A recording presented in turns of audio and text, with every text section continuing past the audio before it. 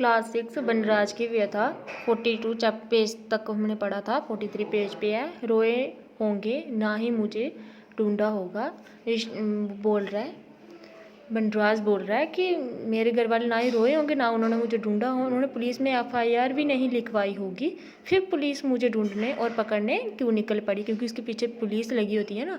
मुझे क्यों पकड़ेगी जिसने कोई अपराध नहीं किया ही नहीं। बोलते मुझे क्यों पकड़ेगी पुलिस, मैंने कोई अपराध ही नहीं किया। मैंने निश्चय किया कि मैं सबको खूब चकाऊँगा। मेरे कारनामे देखकर सबको दांतों तले उंगली दबानी पड़ेगी। ये मुहावरा भी है, दांतों तले उंगली दबाना। उसके बाद शोर मचाने वाले इन आदमियों को जरा भी अकल नहीं, उन्हें नहीं मालूम कि तमाम आदमी वनवासी हम वन प्राणियों के साथ पड़ोसी बनकर जंगल में विचरते हैं, तो हम पशु क्यों नहीं शहरों में उनके पड़ोसी बनकर रह सकते। बोलते बड़े सारे क्या है लोग हैं हमारे वन निवासी बन के रहते हैं हमारे साथ, बड़े सारे प्राणी हैं तो हमारे साथ रहते हैं, तो हम क्यों नहीं रह सकते उनके साथ, उनके शहर में हम क्यों नहीं घूम सकते। जरा वनराज की बात समझो। मनुष्य वनराज घर आवंटित करवाने तुम्हारे शहर आया है, फिर आपने अपने घर वापस चला जाएगा। बोलते हैं मनुष्य आप समझो इस बात को कि ये सिर्फ अपना घर लेने आवंटित करवाने आया है, फिर अपने घर वापस चला जाएगा जंगल में। मैंने सभी लोगों को चकमा दिया। गोमती के किनारे जुरमुटों में लुकती छिपती लखनऊ की सीमा पर पहुंच गया। लखनऊ नवाबों की नगरी है। लखनऊ किनकी नगरी है? नवाबों की नगरी कहा जाता है लखनऊ को। मुझे मेरी दादी माँ ने दादी माँ ने उनको क्या वनराज को एक कहानी सुनाई थी, उनको वो याद है, इसीलिए उनको पता है कि लखनऊ क्या है, नवाबों की नगरी है। नवाबजादे अपने मनोरंजन के लिए हम पशुओं को आपस में लड़वाते थे। वह बड़ा भयानक दृश्य होता था, लेकिन अब उनके दिन लद गए। अब आदमी स्वयं आपस में लड़ते हैं। बोलते पहले क्या करते थे, जो प्राणी हैं वो क्या करते थे, पशुओं को लड़वाते थे और बड़ा मनोरंजन करते थे। अब क्या करके उनके दिन बदल गए हैं, वो क्या करते हैं, वो आपस में लड़ते हैं। जो आदमी स्वयं आपस में लड़ते हैं। मैं बहुत खुश हूँ मनुष्य ने भी हम पशुओं की प्रवृत्ति को अपना लिया। बोलते जो हम लड़ते थे पहले, मनुष्य ने भी हमारी प्रवृत्ति को अपना लिया, हमारी कला को अपना लिया लड़ने वाली को। पुलिस तथा वन कर्मियों के साथ हमारी सुरक्षा व्यवस्था के लिए तैनात किए गए जीवन संघों के सदस्य भी मेरे पीछे पड़ गए। बोलते पुलिस के साथ और भी बड़े सारे जीवन संघ हैं, उनके वन कर्मियों के साथ साथ पुलिस वाले जीवन संघों के सदस्य भी मेरे पीछे पड़ गए। ये हमें घर आवंटन के लिए ना फॉर्म खरीदने देंगे ना रजिस्ट्रेशन करवाने देंगे। कैसे मिलेगा मुझे घर? लाखों मनुष्यों में से एक तो मेरी आवाज़ सुनो। बोलता लाखों मनुष्य हैं, कोई एक मेरी आवाज़ सुन लो। वह हथियारों पर बैठे मुझे पकड़ने निकल पड़े हैं और मैं उनकी पहुंच से बाहर रहना चाहता हूँ। बोलता हूँ वो हथियार लेके मुझे पकड़ने के लिए निकल पड़े हैं और मैं उनकी पहुंच से क्या रहना चाहता हूँ, बाहर रहना चाहता हूँ। जुर्मुट और दलदल पार करता मैं गोसाइंगज के जंगलों में छिपता फिरने लगा। चलते चलते मैं बहुत थक गया और बहुत ज़ोर से भूख लग रही थी। बोलता मैं चलता चलता थक गया, जंगलों में फिरता छिपता और मुझे बड़ी भूख लगने लगी। मैं एक खेत के किनारे लंबी घास की झाड़ियों के पीछे छिप गया। तभी मेरी आँख में पेंसिल टॉर्च जैसी रोशनी में किसी को हिलते डुलते देखा। मैंने लंबी छलांग लगाई और उसे दबोच लिया।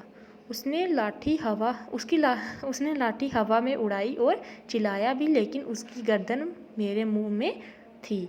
वह मेरा भोजन पशु नहीं मनुष्य था। बोलता मैंने क्या किया, एक टॉर्च की रोशनी वाला एक देखा कोई, मैंने क्या किया, उसको दबोच लिया और उसको खा लिया। बाद में मुझे पता चला वो पशु नहीं था कि एक मनुष्य था। क्या करूं, भूख ने मुझे मजबूर कर दिया। बोलता मैं क्या करूं, मुझे भूख ने मजबूर कर दिया। मैं इन आदमियों को क्यों छोड़ूं?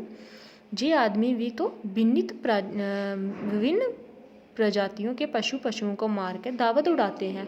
मैंने क्या बुरा किया जो मनुष्य को शिकार बनाया? फिर भी यदि मेरा प्रिय भोजन बकरी, सूअर या कोई और पशु मिल जाता तो मनुष्य को छूता भी नहीं। बोलता अगर मुझे कोई और शिकार मिल जाता मैं मनुष्य को नहीं छूता।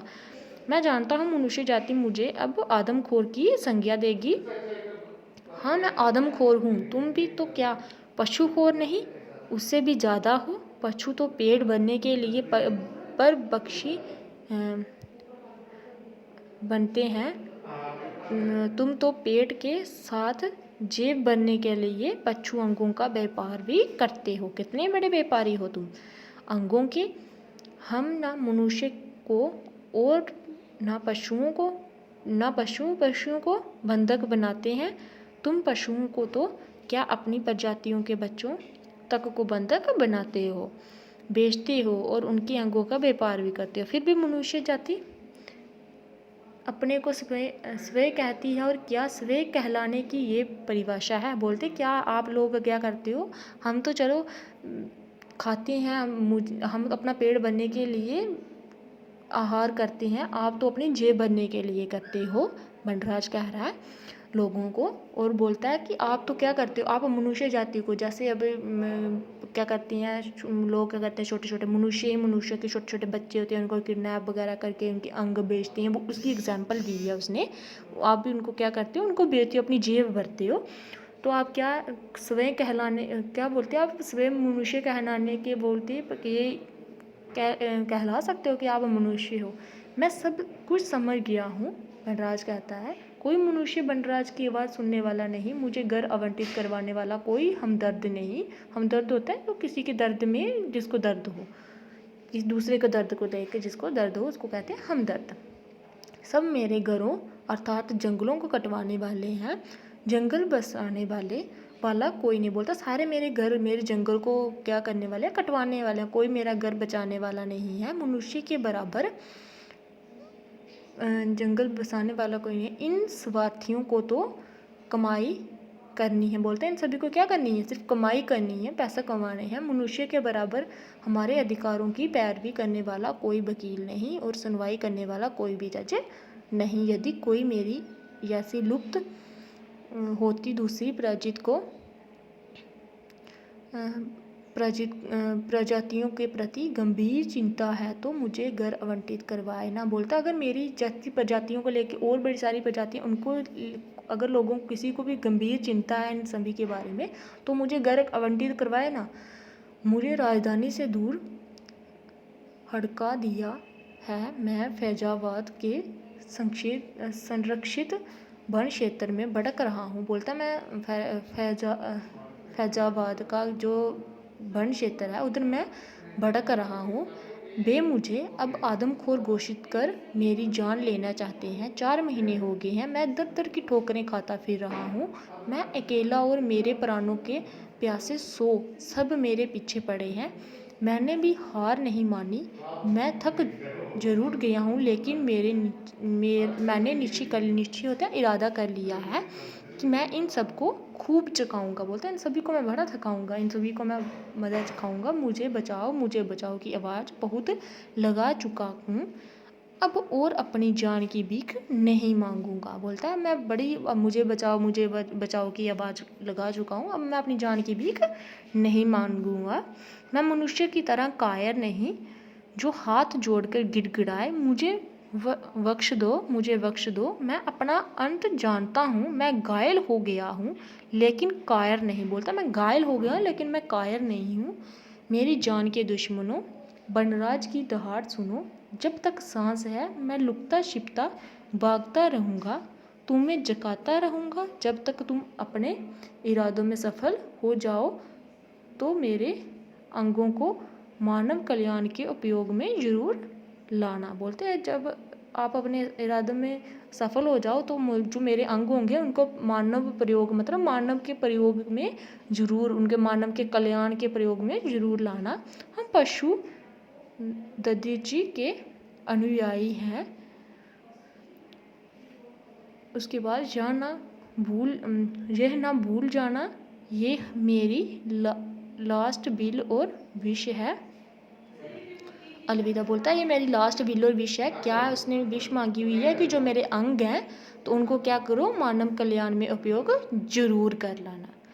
इसके बाद वैसे वालिंग विस्थापित, जो अपने निवास स्थान से जबरदस्ती हटा दिया गया हो उसको कहते हैं विस्थापित। व्यापक योजना, विस्तृत योजना, जुर्मुट, जाड़ियों का समूह, मुस्तैदी, चुस्ती, तेजी, आवंटित किसी के लिए भूमि आदि का कोई हिस्सा निर्धारित करना।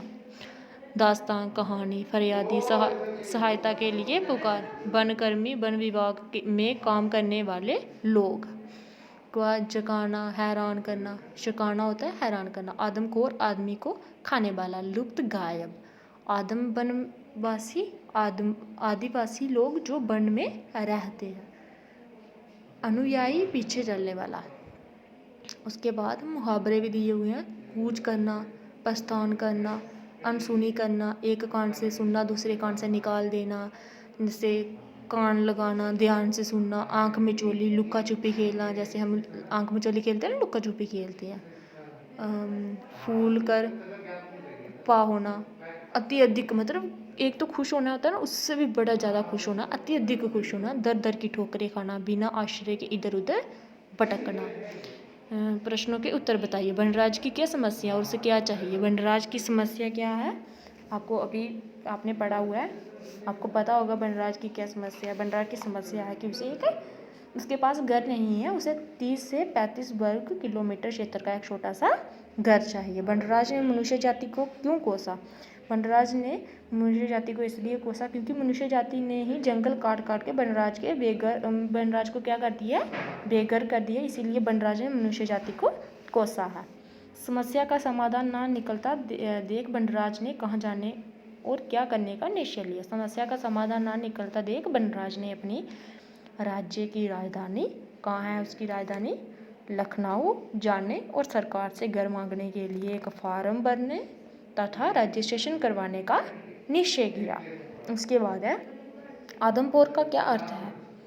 आदमखोर का अर्थ है कि जो आदमी खाने वाला होता है उसके कहते हैं आदमखोर, जैसे बाघ, शेर आदि। उसके बाद है आगे पढ़ेंगे हम नेक्स्ट वीडियो में।